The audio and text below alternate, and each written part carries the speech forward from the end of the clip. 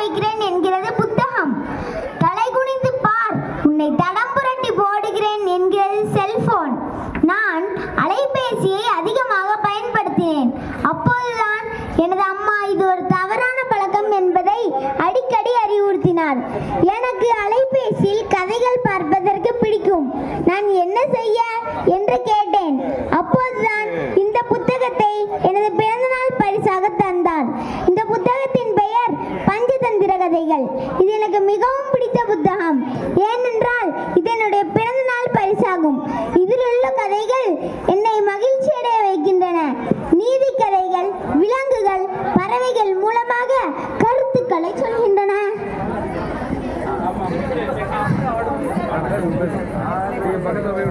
நான் அலைபேசி உபயோகிப்பதிலிருந்து புத்தகங்கள் என்னை மீட்டெடுத்தது. இப்பொழுது என்னால் சரளமாக புத்தகங்களை வாசிக்க முடியும். நாம் புத்தகங்களை வாசிப்பதால்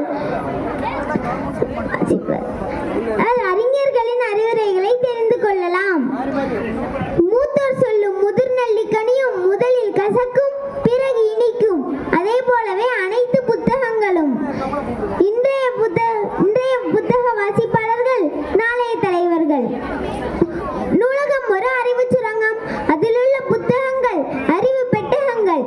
நூலகத்தின் கதவு திறக்கப்படும் போது பல சிறைச்சாலைகளின் கதவுகள் அடைக்கப்படுகின்றன. புத்தகத்தை வாசித்து வாழ்க்கையில் திருந்தியவர்கள் ஏராளம் ஏராளம்.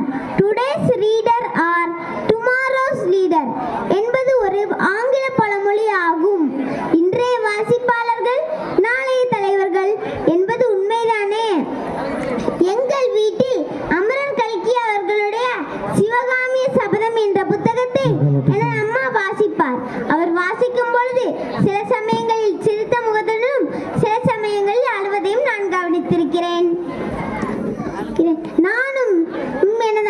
நானும் வளர்ந்த பிறகு நிறைய புத்தகங்களை வாசித்து மகிழ்ச்சி அடைவேன். எனது அம்மாவும் அப்பாவும் எனக்கு புத்தகங்களை பரிசளிப்பது போல் நானும் பரிசளிப்பேன். அக்னிநாயகன் அப்துல் கலாம் ஐயாவை போல் நானும் புத்தகங்களை பாதுகாப்பேன். இறையன்பு ஐஏஎஸ் ஐயாவை போல் நானும் புத்தகங்களை பாதுகாப்பேன். புத்தகங்கள் குழந்தைகளை குதூகலப்படுத்துகின்றன. புத்தகங்கள் குழந்தைகளை அறிவாளியாக்குகின்றன.